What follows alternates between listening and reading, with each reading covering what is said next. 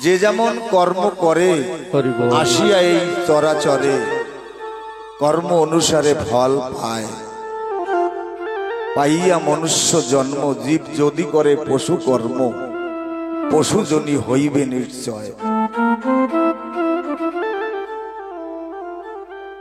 তাই অনাদির আদি পতিত পাবন যিনি তানার কাছে এই একটাই চাওয়া, ঠাকুর মানব জন্ম তুমি দিয়েছ, আবার যদি কর্মফেরের কারণে আসতে হয় এই জগতে একজন শুদ্ধ শুদ্ধা হরিভক্ত কৃষ্ণ ভক্ত মায়ের গর্ভে আমাকে তুমি পাঠাও ঠাকুর।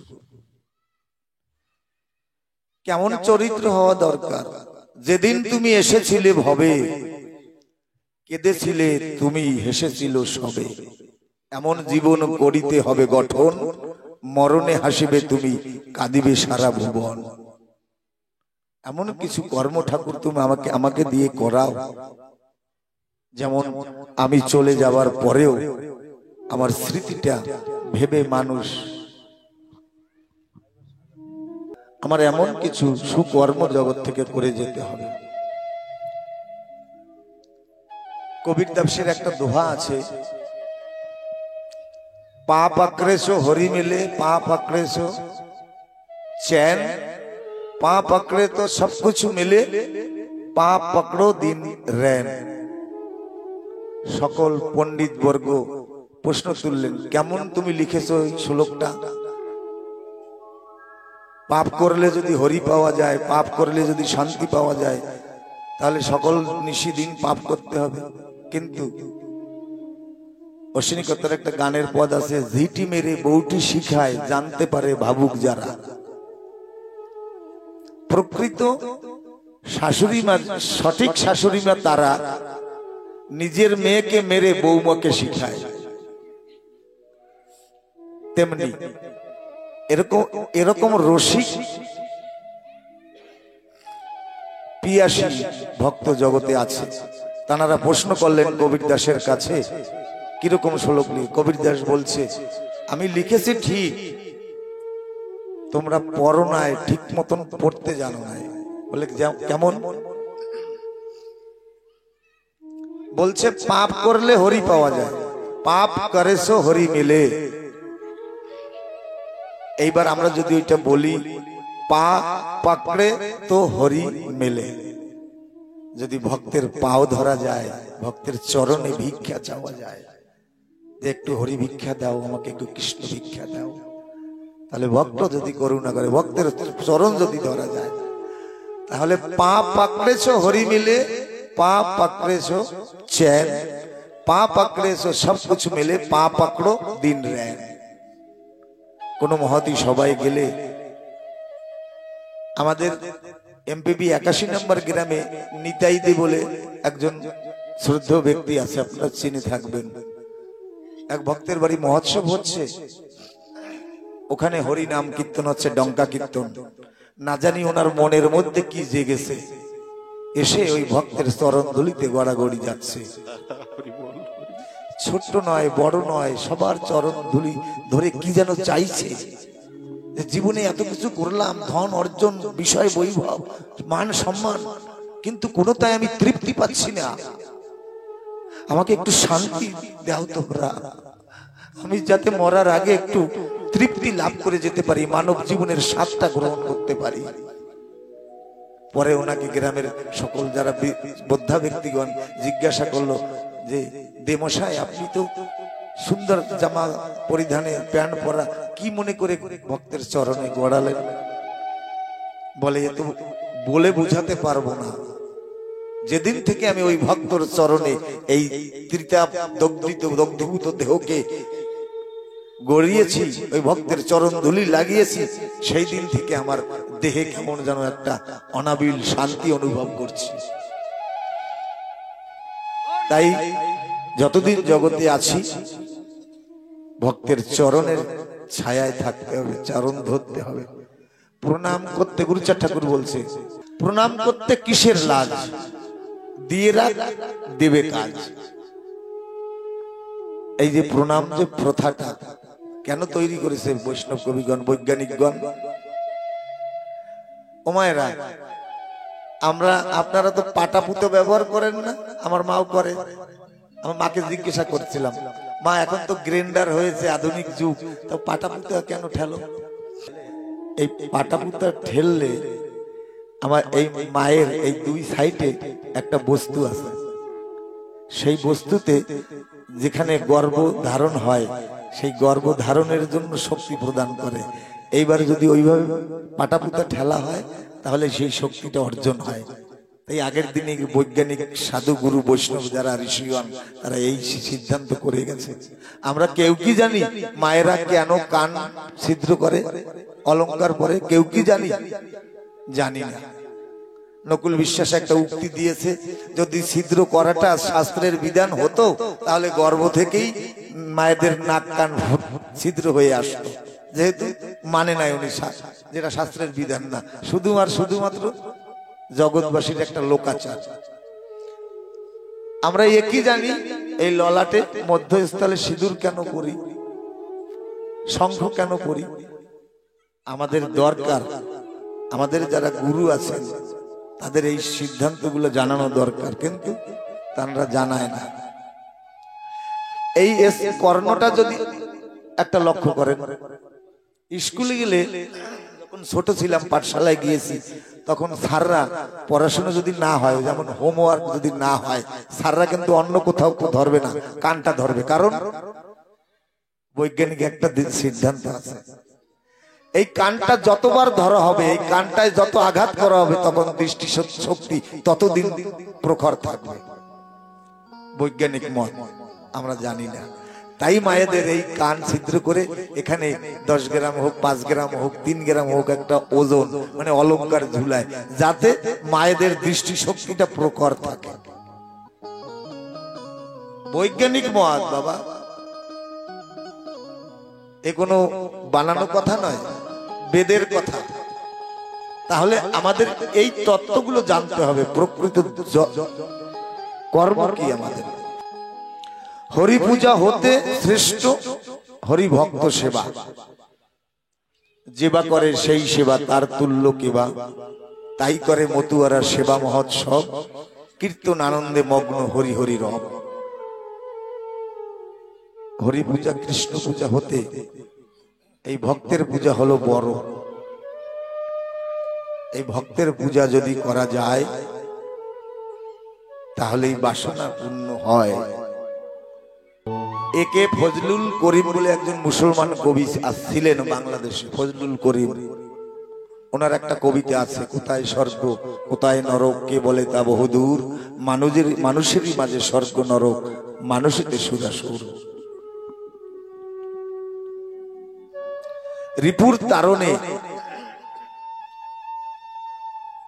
যখনই মোদের বিবেক পায় গো লয়, আত্মজ্ঞানীর নরক অনলে তখনই পূরিত হয়। এই যে রিপু, এই রিপুকে পরিপুষ্ট করার জন্য আমার হরিচাঁদ ঠাকুরের হরিদর্শন সহজ পন্থা। প্রীতি ও প্রেমের পুণ্য বাঁধনে যবে মিলি পরস্পরে, স্বর্গ আসিয়া দাঁড়ায় তখন আমাদেরই কুড়ে ঘরে। স্বর্গকে এমনি বড় শিকল দিয়ে বেঁধে আনা যাবে না, কোনো মোহিনী মন্ত্র দ্বারা তাকে টেনে আনা যাবে না। যখন একে অপরের প্রতি একটা প্রীতি স্নেহ হৃদ্রতার বন্ধন ঘটবে, তখনই স্বর্গ এসে দাঁড়াবে। যেমন তার জ্বলন্ত প্রমাণ এইটা। আজকে 79-এর সকল মায়েরা, সকল মতপথের, সকল ধর্ম বর্ণ নির্বিশেষে সবাই সবার প্রতি আকৃষ্ট হয়ে একটা সংকল্প করেছে, আমরা ঠাকুরের একটা লীলামৃত কথা উৎসব করব। তাই স্বর্গ সুখ সকলে আমরা পাচ্ছি। তাই প্রীতির বাঁধনে, প্রীতি ও প্রেমের পূর্ণ বাঁধনে যবে মিলে পরস্পরে স্বর্গ আসিয়া দাঁড়ায় তখন আমাদেরই কুড়ে ঘরে। হরি বল হরি বল। অল্প একটু পুরাণের সিদ্ধান্ত দিয়ে তারপরে আমরা লীলামৃততে প্রবেশ করব। জয় হরিচাঁদ, জয় গুরুচাঁদ। আমরা ভাগবতে শ্রবণ করি সমুদ্র মন্থন। এই সমুদ্র মন্থন পুরাণে শুনেছি সমুদ্র মন্থন হয়েছিল, দেবতা ও অসুর মিলে এই সমুদ্র মন্থন করেছিল। যা আছে বিশ্ব ব্রহ্মাণ্ডে তা আছে আমার দেহ ভাণ্ডে। একটু লক্ষ্য করে মন থেকে শ্রবণ করতে হবে, কর্ণ থেকে নয়। যেমন গুরুদেবের কাছে মা বলছে আমার ছেলেটা আমার কথা শোনে না, এই 25টা বছর আমি যা বলতাম তাই শুনতো। যখনই বৌমা এনে দিয়েছি, মা গো ক্ষমা সুন্দর দৃষ্টিতে দেখবেন, একটু আনন্দ। সেবার আবেদনিক অর্থটা হচ্ছে আনন্দ। সেবাই ঠাকুরকে পূজা করা, ষোড়শ উপচার দেওয়া, মালা, এটা সেবা নয়।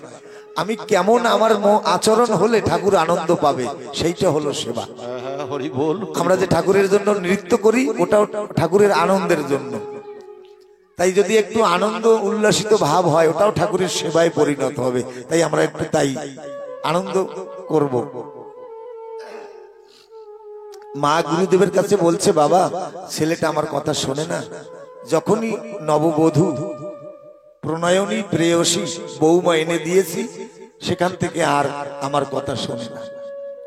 গুরুদেব বলছে মাগো কেন শোনে না জানো? বলে মানুষের যখন এই দুই কর্ণ খোলা থাকে তখন শোনে না কথা। এই কর্ণ দিয়ে প্রবেশ করে, এই কর্ণ দিয়ে বের হয়ে যায়, তাই মনে থাকে না। বলে না তোকে কিছু বললে শুনিস না পোকারে, এক কান দিয়ে বলি আর এক কান দিয়ে বের হয়ে যায়। তাহলে মা বলছে তাহলে বৌমার কথা কেন শোনে? বলে মাগো তাহলে মা মনিরা কেউ কষ্ট নেবেন না। বলছে বৌমার কথা এই কারণে শোনে, ওই বালিশের উপরে মাথা থাকে, এক কান থাকে বন্ধ। ওই বৌমা যা বলে যে তোমার মাকে কালকে ওই বার বাড়ি রেখে আসো, ওই কথাটা কানের ভিতরে ঢুকে এই কান থেকে আর বেরোতে পারে না। তাই ওই কথাটা স্বামীতে ধরে রাখে। গুরুদেব যখন মাকে বলল মা বুঝতে পেরেছি, কারণ এই কান তার খোলা থাকে না, বালিশে মাথা দিয়ে বলছে শুনছো ওগো, হ্যাঁ তোমার মা না প্রচন্ড কাশে, আমার ঘুমাতে কষ্ট হয়। তাই যাক বেশি বলবো না, ক্ষমা সুন্দর দৃষ্টিতে দেখবেন। তাই সকল মায়েদের কাছে বিনীত নিবেদন, এই ভুল যেন আমাদের দ্বারা না হয়। তাহলে এই মন্থন তাহলে আমরা করব, দেহকে মন্থন করব। এই সমুদ্র মন্থনে তাতে মোট 14 প্রকার বস্তু উঠেছিল, 14টা বস্তু উঠেছিল। আমরা জেনে থাকবো অমৃত আর বিষ, মানে হলাহল আর অমৃত নাকি উঠেছিল, ওই দৈত্যরা আর দেবতারা টানছিল তাই। কিন্তু না, সমুদ্র মন্থনে 14 প্রকার বস্তু উঠেছিল। যদি একটু বিরক্ত অনুভব করে শুনি হয়তো এক পা অগ্রসর হলেও হতে পারে। এই 14 প্রকার বস্তু কি কি? প্রথম উঠলো বিষ, 2 নম্বরে কামধেনু, 3 নম্বরে উচ্চই শ্রবা নামে এক ঘোড়া। তাই উচ্চই শ্রবা নামে একটা ঘোড়া ওঠে। তারপরে ঐরাবত নামে হাতি ওঠে। তারপরে কস্তুরব নামে মণি ওঠে 5 নম্বরে। 6 নম্বরে ওঠে কল্প বৃক্ষ। 7 নম্বরে ওঠে রম্বা বা অপ্সরা নর্তকী। 8 নম্বরে ওঠে লক্ষ্মী বা বারুণী। তারপরে ওঠে চন্দ্র। তারপরে ওঠে পারিজাত ফুল গাছ। তারপরে ওঠে পঞ্চাঙ্গ শঙ্খ। তারপরে ধনন্তরী। তারপরে ওঠে অমৃত কলস। এই 14টা বস্তু ওঠে, এর কারণটা কি? এইবার কারণটা আমরা একটু চিন্তন দ্বারা মন্থন করব। প্রথমে বিষ কেন উঠলো? কারণ এই সমুদ্র মন্থন মূলে নিজের আত্মার মন্থন। আমার জীবন চলার পথে কত বাক্যবান, কত উপহাস, কত মান অপমানের হলাহল পান করতে হয়। আমি ওই দোষের দোষী নয়, তবুও আমি সেই দোষের বিষ আমাকে পান করতে হয়েছে। এই প্রথমে এই কারণে বিষ উঠল সমুদ্র মন্থনে। দ্বিতীয়, এই বিষ নীরবে কণ্ঠে ধারণ করে নীলকণ্ঠ হয়ে জীবন পথ যদি অতিক্রম করা যায় তাহলে আগে গিয়ে কামধেনু প্রাপ্ত হয়। শিবের মাথায় জটা কেন? শিব বুঝাতে চাইছে এই জগৎ সংসারটাও একটা জঞ্জাল। এই জঞ্জালটা আমাদের মাথায় থাকে সব সময়, কিন্তু মাথায় থাকে এই জঞ্জালের উপরে রয়েছে অর্ধচন্দ্র। চন্দ্রের প্রতীক হলো শীতলতা। এই সংসার রূপী জঞ্জাল যদিও আমাদের ঘায়েল করছে অনবরত, কিন্তু শীতলতা তাতে রাখতে হবে। ওই চন্দ্র রয়েছে অর্ধচন্দ্র। এইবার এই অর্ধচন্দ্রের উপরে রয়েছে গঙ্গা। আমার শিব হলো সব থেকে বড় গৃহস্থ। কণ্ঠে রয়েছে ফণি সাপ। তাই নীলকণ্ঠ হয়ে এই সংসারের বিষ পান করতে হবে আমাদের। অনেকটা দুঃখ এলে আমার মর্মাহত হয়ে যাই, ঠাকুরকে দোষ দেই, মর্মাহত হলে হবে না। এই সমুদ্র মন্থন যদি নিজের দেহকে ভাবা যায় তাহলে মন্থন করলে এমন কোনো দূর সংবাদ বা এমন কোনো বিপদ আমাকে হতাশাগ্রস্ত করতে পারবে না। তাহলে নীলকণ্ঠ হয়ে জীবন অতিক্রম করতে পারলে তাহলে কামধেনু এসে সামনে দাঁড়াবে। এই কামধেনুর তাৎপর্য হলো তোমার প্রতিভার গরিমায় প্রশংসায় অপযশ নিন্দা যদি অতিক্রম করতে পারো তাহলে কামধেনু এসে সামনে দাঁড়াবে। তাৎপর্য হলো এই তোমার প্রতিভার গরিমার প্রশংসায় ওই কামধেনু গাভী থেকে দুগ্ধ দহন করতে পারবে। গাভী মাতা দুগ্ধ দেয়, জগৎবাসীর তৃষ্ণা নিবারণ করতে পারবে। আমার কর্মফল এমনই সুন্দর হওয়া দরকার যে আমি মরার সময় মরে গেলে সবাই যেন কাঁদে আমার জন্য। কর্মফল এমন ভালো হওয়া দরকার, জগৎবাসীর তৃষ্ণা নিবারণ করার ক্ষমতা অর্জন করতে পারবে, জগতের প্রশংসার পাত্র হয়ে যাবে। তখন প্রাপ্ত হবে উচ্চৈ শ্রবা নামক ঘোড়া।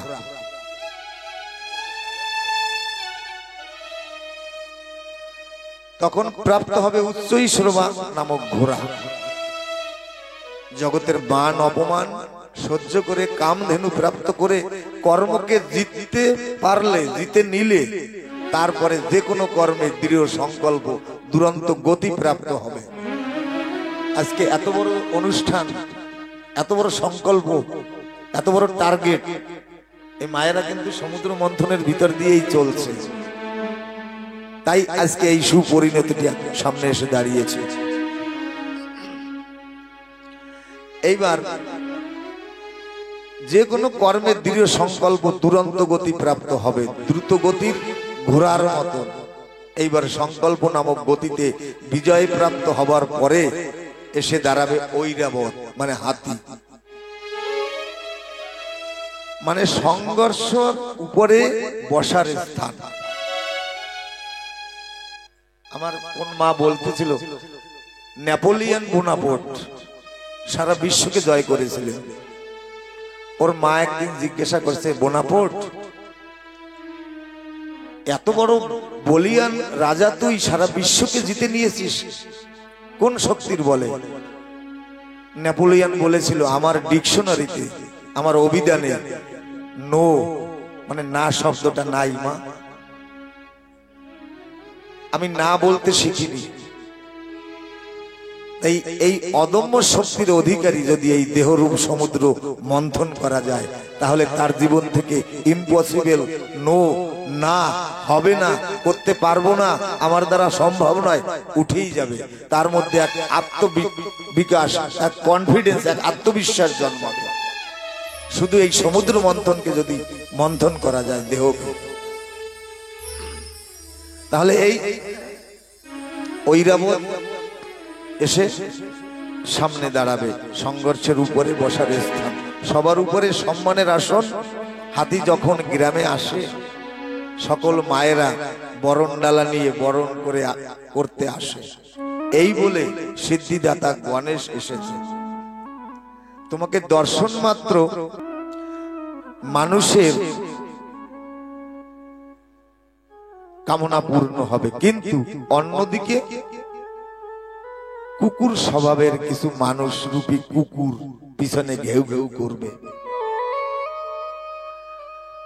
ঘেউ ঘেউ করা শুরু করে দিবে। কারণ হাতির আকার দেখে প্রতিহিংসায় জ্বলে ওঠে।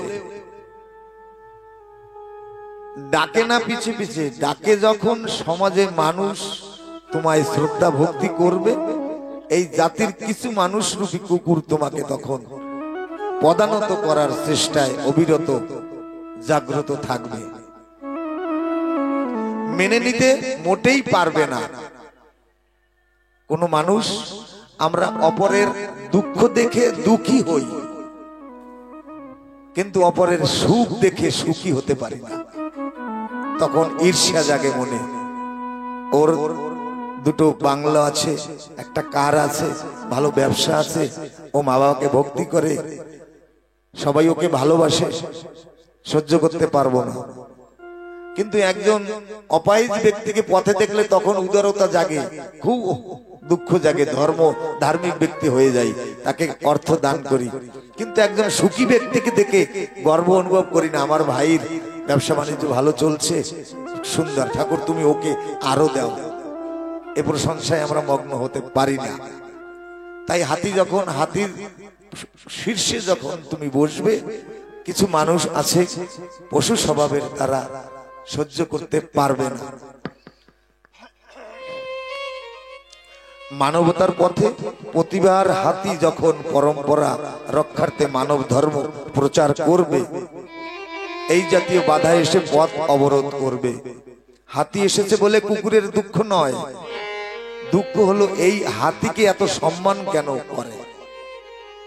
মন্থন এই শিক্ষা দেয়, যদি তোমার সংকল্পের গতি প্রাপ্ত হয়, তাহলে এই জাতীয় কুকুর কোনোদিনই তোমার লক্ষ্য ভ্রষ্ট করতে পারবে না।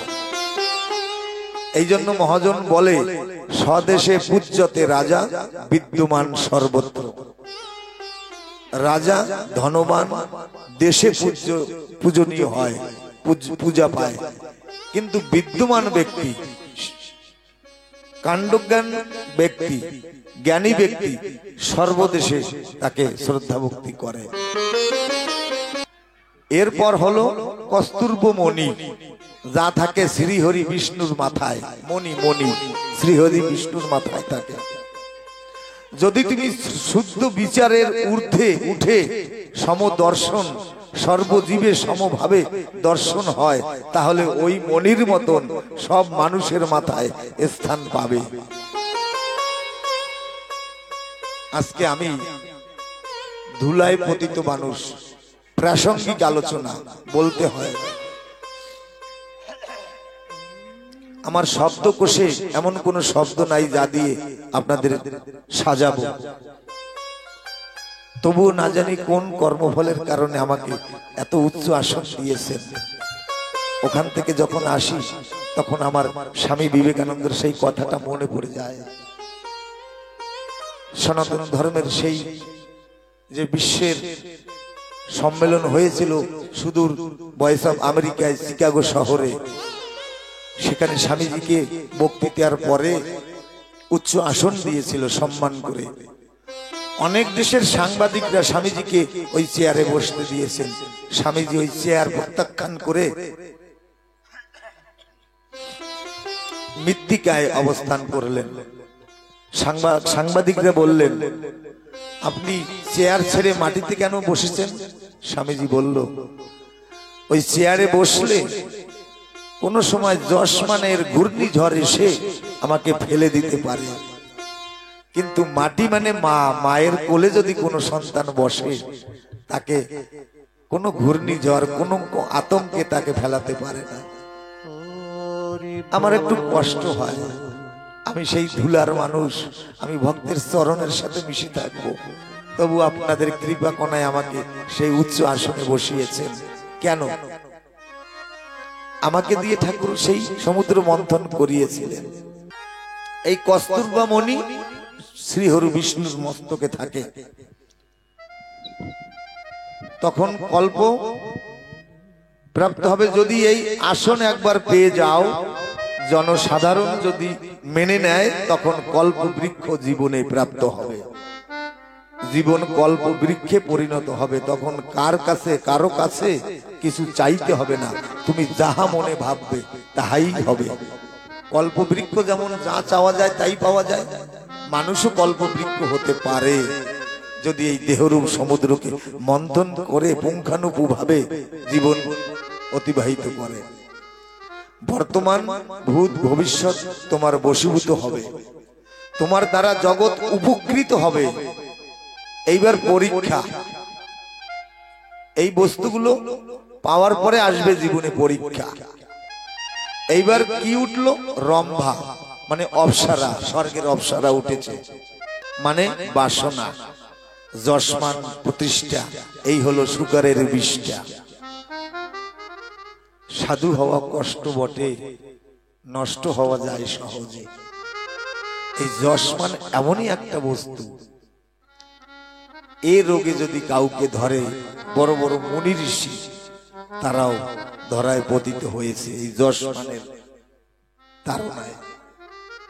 তাই এই যশমান, এই কামনা বাসনা প্রতিষ্ঠা হলো শুকরের বিষ্ঠা। মহান থেকে মহান মানুষ এখানে এসে পথভ্রষ্ট হয়ে যায়, সকল সাধন ভজন কামনা বাসনার পায়ে জলাঞ্জলি দিয়ে পথের ফকির হয়ে যায়। মানুষ এই কামনা বাসনা রূপী আপ্সরার চোখে ধুল দিয়ে যদি বাঁচতে পারে, তখনই ধনলক্ষ্মীর প্রাপ্তি ঘটে। এরপরের যে তথ্যটা উঠেছিল সেটা হলো ধনলক্ষ্মী। এইবার দ্বিতীয় পরীক্ষা, তা হলো এই অযাচিত ধনের কারণে জীবনে কুপ্রবৃত্তি প্রবেশ করবে, তা হলো বারুণী।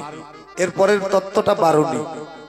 বারুণী কথার আবিধানিক অর্থ হলো মদিরা, নেশা।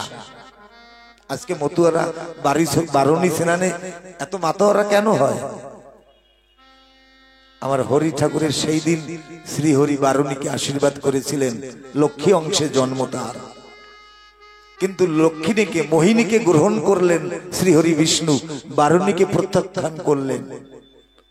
সেই দিন বারুণীকে আশ্বাস দিয়েছিলেন শ্রীহরি যে কলির শেষে, কলির সন্ধ্যায় আমি সকল পার্শ্বদ, এই 4 যুগের পার্শ্বদগণ নিয়ে আমি ঐশান কোণে হরিলীলায় মত্ত থাকব। সেইখানে তুমি বারুণী গঙ্গা হয়ে আমার এই পতিতের, এই পাপাচ্ছন্ন কলির জীবের পাপ তুমি ধৌত করবে।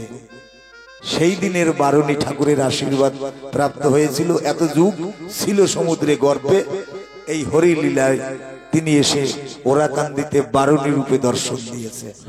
এই কারণে এই বারুণীর আবিধানিক অর্থ হচ্ছে মদিরা, মানে নেশা। এই জন্য মতুয়াদের কিন্তু নামে প্রেমে মাতোয়ারা, নেশা হয়ে যায়। যে নেশা লেগেছে আমার, নেশা যেন না ছুটে, পলকে পলকে যেন তারে মনে ওঠে। মতুয়াদের এই নেশা, শুধু মতুয়াদের নয়, যারা নামে প্রেমে মাতোয়ারা তাদের এই নেশা। এই তৃতীয় পরীক্ষা, ধনের নেশা, মানের নেশা, নারীর নেশা, বাড়ির নেশা, গাড়ির নেশা। এই নেশায় তোমাকে ঘিরে ধরবে। এই জন্য অপাপ অমাপ ধন যাদের, তাদেরকে আসরিক স্বভাবে ঘিরে ধরে। কিছু মানুষ আছে জগতের সমাজে, যার জন্য সমাজ টিকে আছে, অসংখ্য ধনবান। তারা ঠাকুরের কাছে ধন চায়, বলে ঠাকুর তুমি ধন দাও, কিন্তু আমার মনটাকে কেড়ে নিও না, আমি যেন হৃদয়ের সাথে ধনী হতে পারি। অসংখ্য ধনের মালিক আছে, তাদের বোঝা যাবে যারা এত ধনের তারা মালিক। মনটা শিশুর মতো। যদি তুমি এই পরীক্ষায় পাশ করো, তাহলে তোমার জীবনে চন্দ্রমার প্রাপ্তি হবে। তারপরে যে বস্তুটা উঠেছিল চন্দ্রমা, এই চন্দ্রমার শীতলতা তোমার জীবনে আসবে। শীতলতা, এই ব্যবহারের শীতলতা, স্বভাবে বিনয়ী তুমি হবে। এই রকম অপরিমিত ধনী ব্যক্তি সমাজে যাদের স্বভাব একদম বিশুদ্ধ, এই শীতলতা যখনই তোমার মঙ্গল আচরণে আসবে, তারপরে আসবে পারিজাত বৃক্ষ বা পুষ্প, মানে তোমার শুভকর্মের সৌরভ সারা সংসার কাননকে মনোমুগ্ধ করে তুলবে, মোহিত করবে। এই সুগন্ধ যখন চারিদিকে ময় ময় করে তুলবে, তখনই প্রাপ্ত হবে পঞ্চজনী শঙ্খ। শঙ্খ মানে জয় ঘোষ। সারা বিশ্বে তোমার কীর্তি প্রসারিত হবে। তুমি জগতে বিরল, তুমি অদ্ভুত, অলৌকিক, মহামানব। এর পরেই প্রাপ্ত হবে তা হলো ধনন্তরী অমৃত। তোমার জীবনে এমন এক সময় আসবে, তুমি তোমার শরীরে, তোমার আত্মায়, তোমার আচরণে অমৃতপূর্ণ, অমৃতময় জীবনে পরিণত হবে।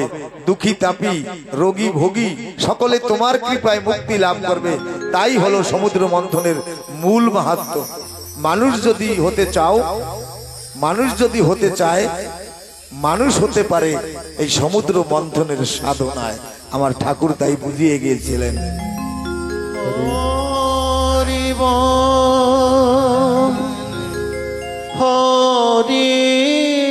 এই হরি নাম যতই শুনি ততই মধুর লাগে।